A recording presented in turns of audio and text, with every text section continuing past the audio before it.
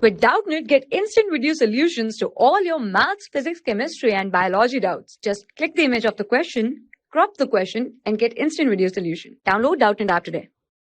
Hello everyone. If we talk about this given question is a simple pendulum has some time period t. What will be the percentage change in its time period if its amplitude is decreased by 5%? And the given options are 6%, 3%, 1.5%, and the last option is 0%. Now, we know that time period is given by t equals to 2 pi root L by g. T equals to 2 pi root L by g. Now, as you can see that there is no term of amplitude here. So I can say that this time period is independent of amplitude. This is independent of amplitude.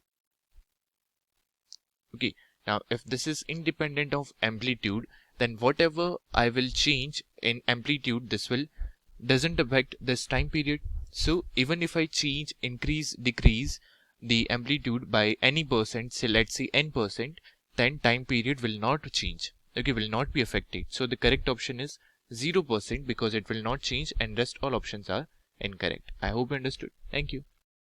For class 6 to 12, IIT JEE and NEET level. Trusted by more than 5 crore students. Download Doubtnut app today.